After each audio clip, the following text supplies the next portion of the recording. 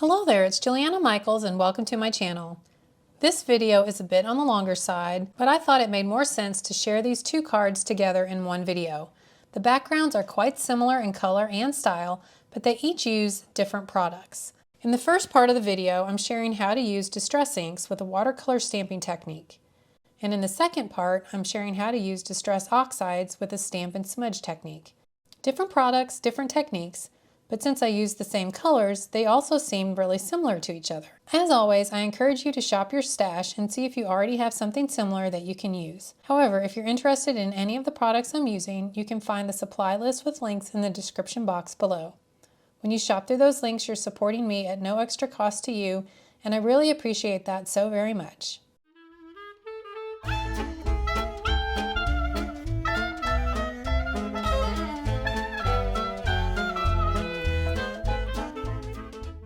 Here's a look at the first card I'm sharing. For this card, the stamp sets I'm going to be working with are Urban Tapestry, CMS 061, French Marketplace, CMS 071, and Artful Flight, CMS 069. And I'm also going to be working with this mixed media stamp and stencil set number 44, specifically the stencil that's in there. And then I'm also going to use this for my sentiment on the card. And with regards to the stencil that is included with these packs, it's a combination of two stencils.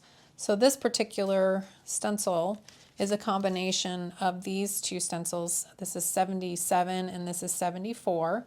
And the designs are actually exactly the same size scale. They have just put,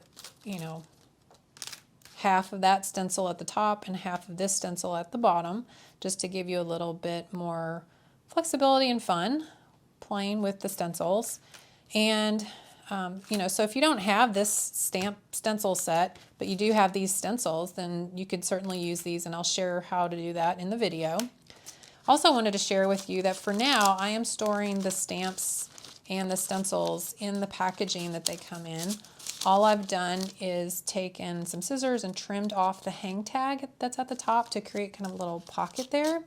And that way I don't have to, rip this open and close and worry about tearing the plastic, which is usually what happens for me anyway. So I've just found this to be a good solution for right now. Then I also want to share this little stamp. This is an ATC card stamp. So it's kind of a small 3x4 stamp. It's a rubber stamp, and this is called Tattered Sparrow, and I just wanted to share that this stamp inspired the card that I'm creating today. So as you can see, the Urban Tapestry stamp set has a lot of the same design elements that are used in this image, and I just thought it would be fun to take those same elements and use them to create a larger size card. So it just kind of goes to show you just never know where you might find some inspiration when you are crafting. So let's get into it. The mediums I'm going to be working with for this card are Texture Paste Opaque, and then I've got some Distress inks and Tattered Rose, Bundled Sage, Speckled Pinks, and Scattered Straw, as well as Vintage Photo. And I just picked kind of some spring-like colors that I thought went well together. And then I'm going to use the Distress Spritz and Antique Linen. As always, I'm working on Distress watercolor cardstock. That's just my go-to for pretty much all of my card making. Just gives me the option to work with any mediums that I want to work with. And since I kind of prefer more of a mixed media style, it's, again, perfect choice for me there. So now I'm just kind of pulling off the different stamps that I used from the various sets. And like I said, I used this stamp to kind of inspire the creation of the background that I created. So that kind of helped me pick this design and this design. As you can see, that's here in the corners.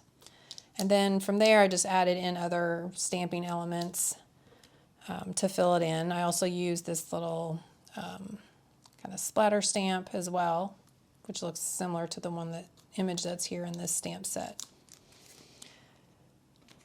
And I'll say, I did practice several times with trying to figure out what colors I wanted to do where, and you know, for that, when I'm doing practice stamping, I always stamp on some scrap paper so that I'm not wasting ink or so that I'm not wasting my good paper.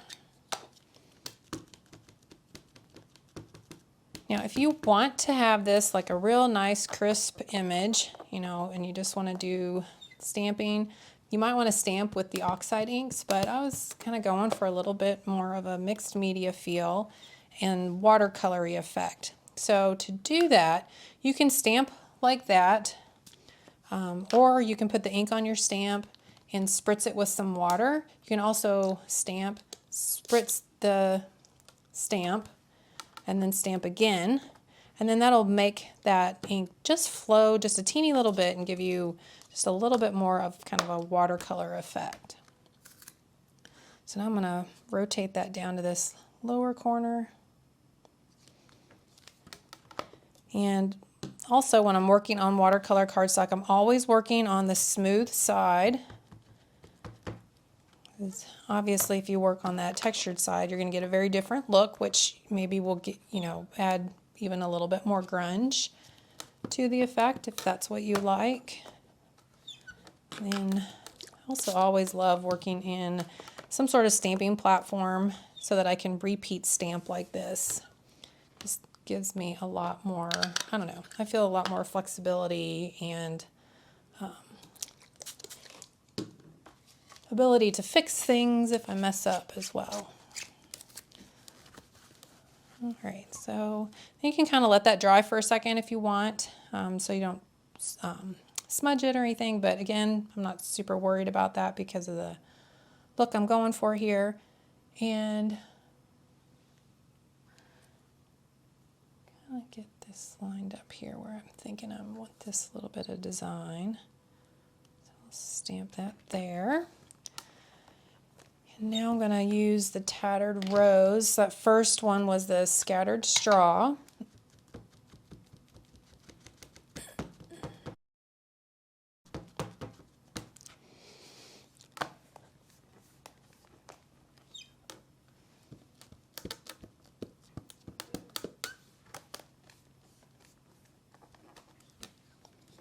And again, if you want to give it a little mist and then stamp, you can see how that just beads it up just a tiny little bit to add some interest.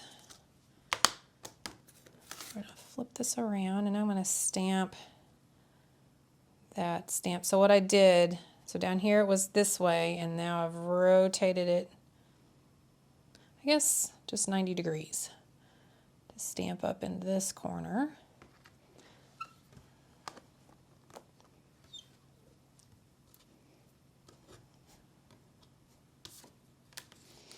I'm going to put some more ink on there.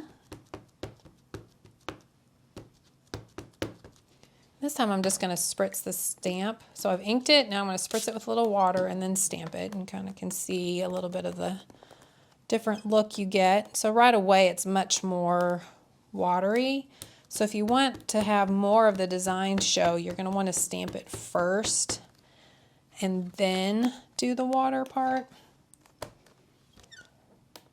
So it's really just a personal preference with all of that. So can do what you like there. So now we're going to take this image and we're going to stamp that here in a couple spots. So I'm going to stamp that one, I think, along this lower corner there. And for this, we're going to use the speckled egg.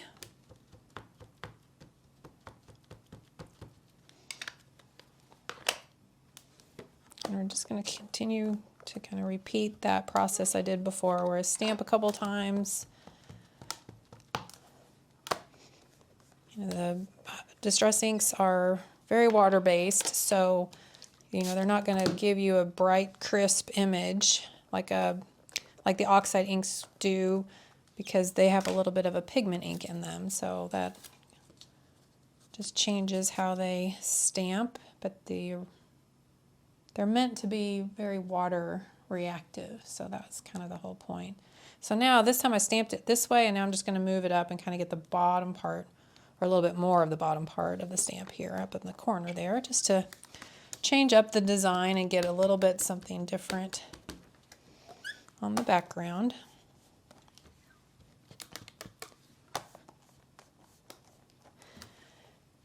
And as you can see here, I'm kind of, when I'm working with the different colors, I'm always kind of putting them opposite each other, especially these first three colors. And doing that just kind of helps balance them across the background and makes it a little more visually appealing. And then now we're going to go on to the final color here, and that's the bundled sage.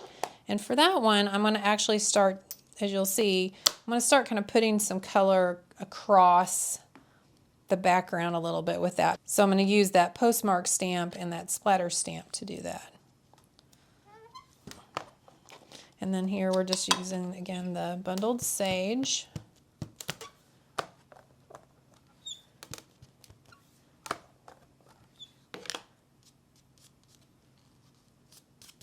And if you want to spritz this one, you can. I'm not going to, because I kind of want this layer to be a little more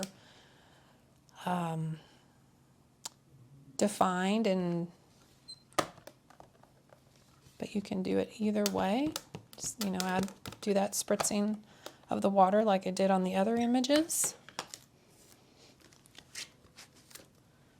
And now we're going to add some of those splatters in here. And I'm just going to kind of rotate this stamp around a little bit to kind of fill in some of the spaces with it.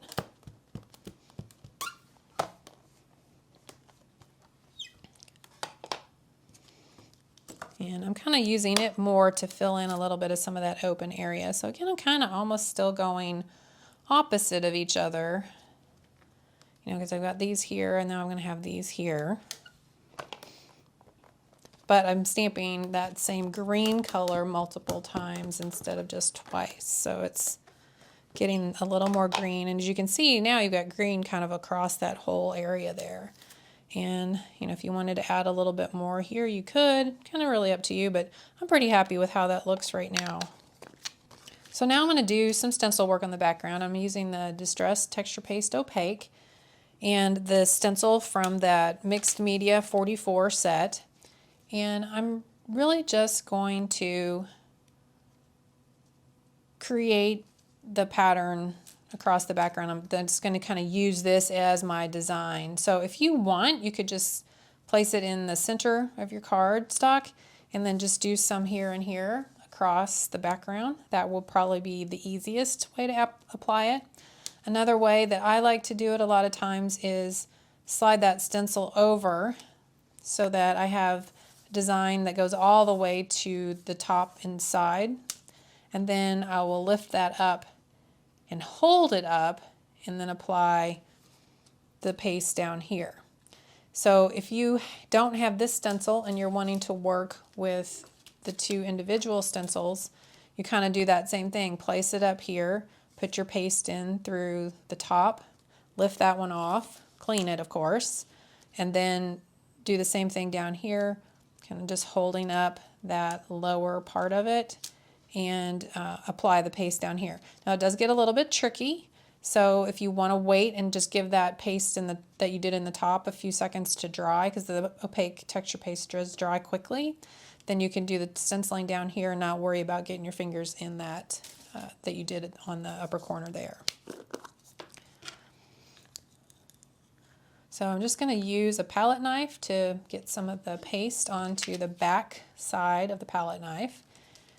And then I'm just going to lay my stencil down here. And like I said, I'm going to go with it kind of being off the corner there. And then I like to put the paste down kind of, as you can see, a little bit of an angle there and kind of spread it across the stencil, almost like you're buttering toast or icing a cake.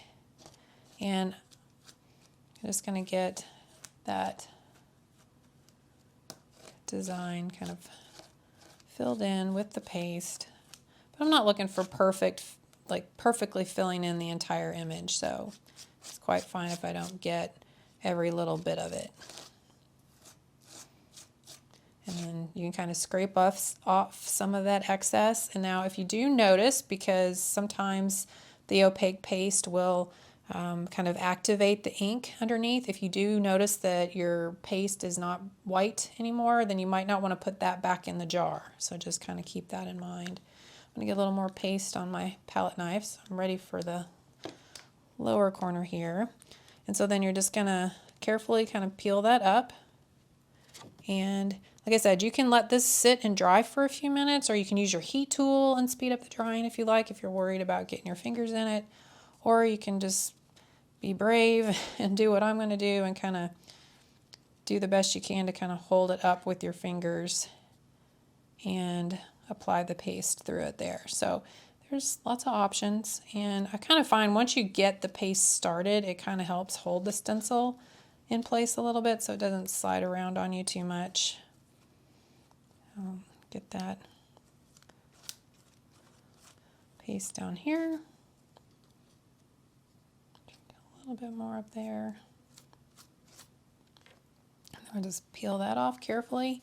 And then I'm going to go put this in some water to soak and then clean it off later. You just want to make sure you don't leave this on here and let it dry on there, because it'll be really hard to clean off later on then. And then I'm just going to set this to the side to dry. Or like I said, you can also use your heat tool to dry this as well. So then once the paste is dry, if you have some of the paste that's overhanging, I like to use my scissors and just run them along the edge here to trim that off. So sometimes I'll just flip it over so I can see it a little bit easier. And then just lay my scissors up against the edge and trim that off. And then to finish off the background, I'm going to ink the edges with a little bit of Vintage Photo Distress ink. And I'm just using a little blending brush to do that. You'd also do this before you do the stencil work if you'd like. Doesn't really matter. But I do find that if you do it after you've done the paste, that a bristled brush does a little bit better. It holds up better, I should say. They both do well if you use the foam blending brushes, but I find that the little bristle ones don't seem to get so torn up from the paste and the texture of the paste. And then the last thing I'm going to do is I'm going to add some splatters with some Distress Spritz in antique linen. And as you can see, like all the pigment is kind of down here in the bottom. This is kind of a metallic pearlescent finish when you spray with it, but it sprays in it's kind of more translucent splatter style to it, so it's not going to give you complete full coverage like the mica stains would, but instead it's just going to give you a nice pearlescent finish. But I'm not going to be spraying with it, I'm going to be splattering with it. But either way, you want to make sure that you shake this up really well. There's a little mixing ball in there, and you want to make sure you shake that up until all of that pigment and mica down here in the bottom is mixed in. So you can hear that little shaker ball going. You just want to keep shaking until it's all mixed in. So there you can see that all that pigment is mixed in, and the way I can tell, that I use to tell, is I just turn the bottle upside down, and if it's all pretty much gone off of that bottom, then I know I've got it all mixed in well. And then to do the splatters, I'm just going to remove the nozzle, and you'll have a little bit of ink on the end of it, and then you can just tap that down onto your paper using your finger to just tap on the nozzle here, and then add those little splatters. And it's really subtle. I mean, if you wanted to do something more noticeable, maybe you pick a different color, like a blue or a pink that kind of coordinates with the blue and pink that you use if you use these colors. But I just wanted something real subtle, a little tiny bit of shimmer in the background that you wouldn't necessarily notice until you were looking at it in person. Then from here you can just set this to the side to dry, or you can use your heat tool to speed it up. And then once it's dry, try and see if I can show you that shimmer in the light here. It's really hard to see. Kind of see a little bit there. I tilt it back and forth. But in person, it is very shimmery and shiny. There you go. You can see a little bit of it there. So that's kind of all across the background. Now to create the embellishment for the card, I used the Vault Funky Floral Wreath and the Vault Lovebirds, and I just die cut the wreath twice from some Distress watercolor cardstock, and then I ink smushed one wreath into some of the bundled sage Distress ink, and then on the other one I just inked the edges of it with a little bit of Vintage Photo Distress ink. And then for the bird, I die cut one of them, again from some Distress watercolor cardstock, and inked it with the Speckled Egg Distress ink. I actually ink blended that one using a blending brush, and then I misted it with a little water and dried it to give that little bit of a speckled effect, and then inked the edges with the Vintage Photo Distress ink. And then the final addition is the sentiment from the Mixed Media 44 stamp set that I just trimmed into little strips and cut the words apart and then adhered them onto the card with a bit of foam adhesive. Before fully assembling the card, if you want to trim your background down to create a matte layer, you can, or you can just use this as your full background. I have mine trimmed down to 4 by 5 1/4 inches, and then I have a piece of white cardstock here that's 4 1/4 by 5 1/2 inches, and I've inked the edges with some Vintage Photo Distress ink, and then I will just layer that background onto that to create a little bit of a border, and then I will adhere my die cuts and my sentiment and finish off the card. And here's another look at the finished card I created with the Distress inks. Now let's get into the second card I'm sharing. The stamps and stencils I'm going to be working with for this card are French Marketplace, CMS 071, and then Fairytale Frenzy, CMS 058. And then I'm going to be using this Flourish stencil, which is from Stencil Mini Layering Set 10. And included in that set are 2 other stencils. There's a wood grain and a wildflower stencil. So those are the stamps and stencils. As with the other card, this was also inspired by another one of the ATC size stamp sets. This one's called Fairy Garden 29. And as you can see, the Fairytale Frenzy stamp set, there's a lot of the same elements in this stamp set that are in this image, and I thought it would just be fun to recreate that on a larger scale. In the mediums I'm going to be using are Distress Oxides, but I'm going to be using the same colors as I used in the other cards. So I've got Vintage Photo, Scattered Straw, Bundled Sage, Speckled Egg, and Tattered Rose, and then I've also got some Vintage Photo Archival ink, and then some Crackle Paste Translucent. So when I'm often doing this kind of background stamping, I do like to kind of play around with figuring out where I want to stamp the images. And I do, as I said before, I like to practice on some scrap paper, kind of figure out where I want what images and what colors. So I encourage you to do the same thing. Instead of copying exactly what I'm doing, maybe you do some of your own play with this and come up with your own design. So I encourage you to try that and not be scared to play. So here I've got one of the images, and I'm going to stamp that with some Bundled Sage oxide ink. Get a good coating of ink onto the stamp here.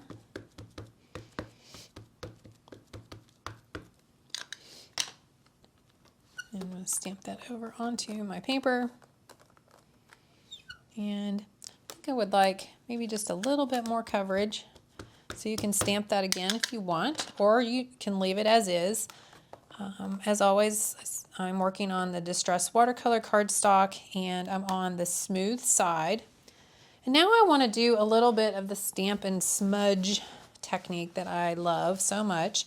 And the ink is pretty wet here because I'm working with the oxide inks, and these are a hybrid ink, so they have a combination of pigment and dye in them, so they are a little bit slower drying, but they're still water reactive. And I'm going to dab off a little bit of that moisture so it's not quite so wet. And then I'm going to take the towel, just kind of take a clean corner, and then I'm just going to lightly rub over that image and smudge that design. Now, you might feel like, oh my gosh, you've just ruined all that stamping. And if that is how you feel, then skip this step and just do the stamping. There is absolutely no reason that you have to do the smudge part of this technique at all. So now I'm going to kind of rotate that stamp again, and I'm just going to stamp it up here in this upper corner.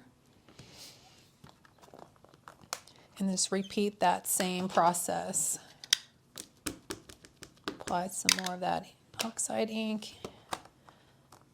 Give it a good stamp. And then kind of dab off some of that excess ink. And the reason I'm dabbing off some of that excess ink is because if you have too much on there, you're going to smudge too much ink, and it's going to just completely obliterate the design. So that's not really what we're going for. We're just kind of going for just a slight softening of the image. And then I'm just going to continue to repeat that process of stamping and smudging with these various other stamps from these stamp sets.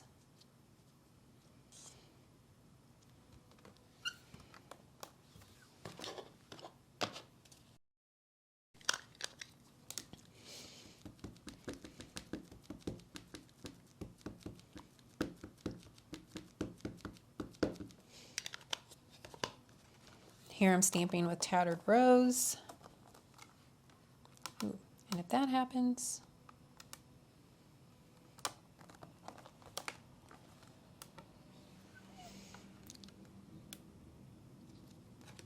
you get what you get and you don't throw a fit. I forgot to put my magnet down on there.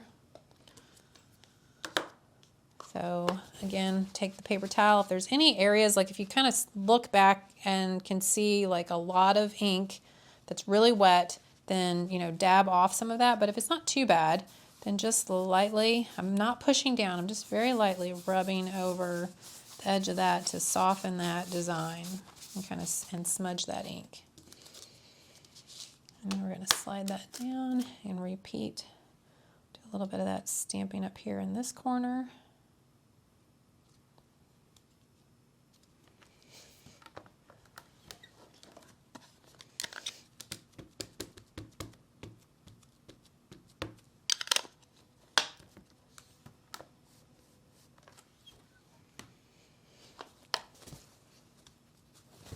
And then dab off a little of that excess, and then just lightly rub over it to smudge that ink.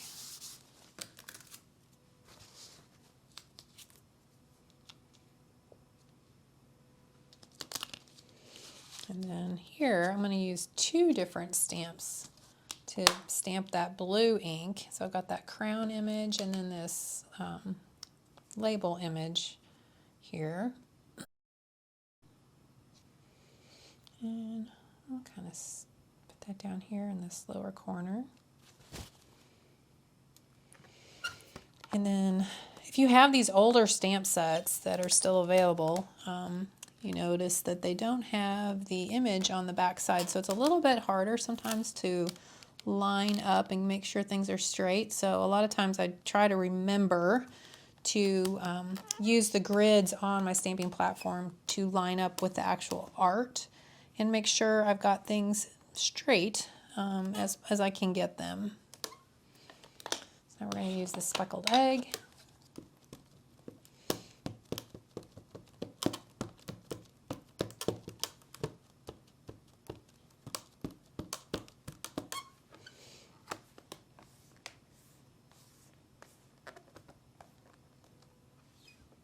And get a little more ink on that image here, because if it doesn't give you a good impression, then it's not going to give you quite the same effect.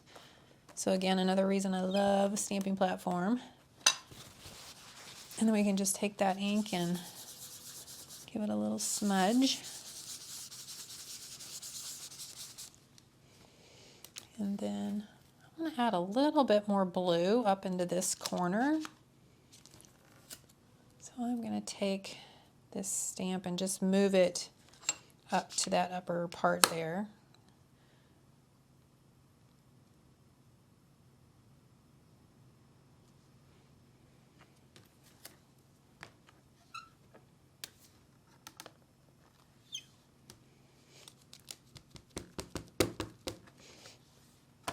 So it's just going to be very light because, I mean, it's just that text. So the text, you know, the smaller stuff just gives you a little subtle bit of color up there.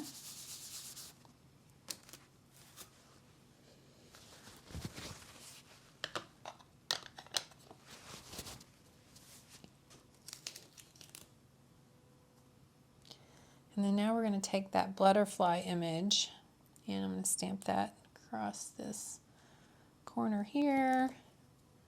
And then I've got the little post image here. I'm going to kind of put that there.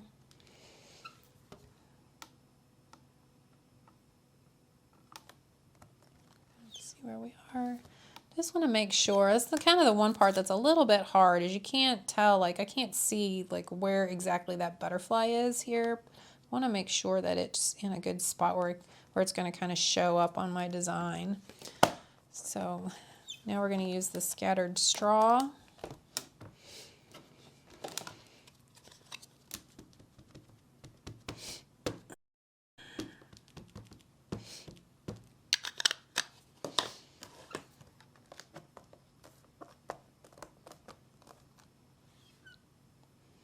And again, if you feel like you need a little more ink, feel free to re-stamp.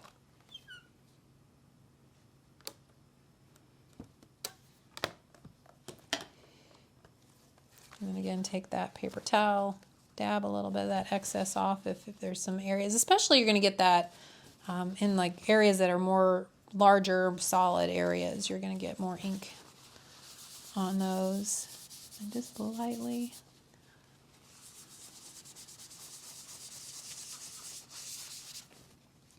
Give that a smudge. And now I do want to do a little bit more yellow here and there. So I'm going to take that postage image, kind of rotate it and stamp it in that upper corner there.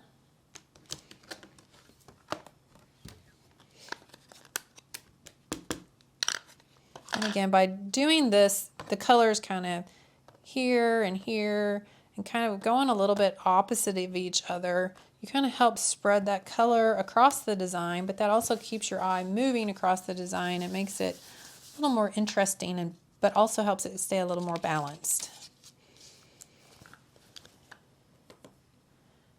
And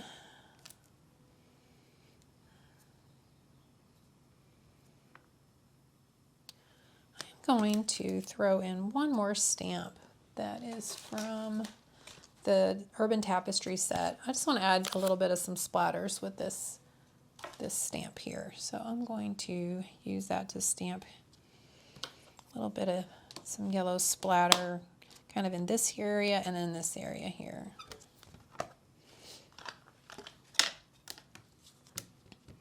So if you have another, splatter stamp, those are always a great filler in my mind, for, just doing exactly what I'm doing right here, just filling that in a little bit. So there we have it. So now we can, if you want to just lightly smudge those, dab a little bit if you want, and then lightly smudge. And you get your finished background there. Now before I move on to the next step here, I'm going to ink the edges with a little bit of the Vintage Photo Distress Oxide ink, and so I'm just using a little foam blender here. And on this one, I'm doing the ink blending around the edges first, and then I'm going to do the stencil work second. So I'll just kind of show you. You can do it either way. When you do this first, then you're not having to try to ink blend over that texture from the paste that we're going to be working. So it's a little bit easier. And then you can use the foam blending tool and not have to worry about tearing it up from the paste. So there is a look at the background at this point. And if you want to stop at this point, you like it as it is, then totally fine, or you can continue on with the next step. All right, so now our background's ready to go. We've got our little flourish stencil here and the translucent crackle paste. And so the translucent crackle paste just means you can see through it, and it also has a gloss finish, so it's going to be just a tiny bit shiny. and then it's going to crackle. So just adds a little unique layer of interest. It's not something that's really super noticeable if you just do the paste alone over your background, but it still adds a really nice subtle effect that I really think is beautiful. So again, get some on the paste on the back of the palette knife, and then you're just going to kind of hold it at a little bit of an angle, like you're buttering toast with a knife or icing a cake, and then you're just going to lightly scrape that over the surface, kind of going in little bits of different directions here and there. And then very gently just lift that up. And then you've got your stencil design. I'm going to add a little bit more stencil interest over here on this corner. So I'm going to get some more of the paste on the back of my knife.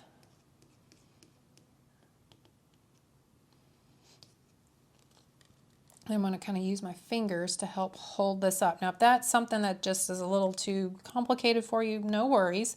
Just set this to the side, let it dry, and then do the other side. You can, work on the other parts of the card, the embellishments and things like that while this paste is drying. Then we're just going to apply some down here. Kind of, again, just doing that same process that we did in the upper corner. You don't want it so thick that you can't see through the stencil. So if it's big globs of it sticking up through the stencil, you probably have a little bit too much paste on there. So you can just kind of wipe that back and just gently lift that off. And then, like I said, you're going to set this to the side and let it dry. You do not want to heat and speed up the drying process with the crackle paste. It will not crackle. It will not crackle if you try to speed it up. So just let it sit and take its time. If you're in a more humid environment, it is going to take a little bit longer than if you're in a real dry climate. So, go do something else, work on another part of the card, but don't try to hurry it up. And then, of course, you're going to want to take your stencil and get that into some water or clean it immediately so the paste doesn't dry on there. So here is a close-up look at the finished background, and as you can see, that crackle paste just adds just a teeny bit of interest to the background. Is it necessary? Absolutely not, but I love the texture that it adds, and you can just see there's a little bit of crackle that it adds in there. And here's another look at the finished card I created with Distress Oxides. To finish off this card, I stamped the sentiment using Vintage Photo Archival ink, trimmed it to size, inked the edges with Vintage Photo Distress ink, and adhered it to the card background. Here's a look at the finished cards together, and you can see both the similarities and the differences you get by using the same colors but different mediums. I hope you enjoyed seeing how these cards came together using some of the Tim Holtz Stampers Anonymous Spring Curated Collection, and how using the same colors but with different inks and mediums gives you a similar but slightly different look. Thanks so much for watching. Don't forget to hit the subscribe button so you can join me on a more regular basis. Hit the like if you enjoyed this video, and if you want to join me on my other social media platforms, you can find the links to those in the description box below. Also, feel free to leave me a comment if you have any questions or if there's something you'd love to share with me and our community. I'll see you in the comments below and in the next video. Until next time, stay crafty, my friend.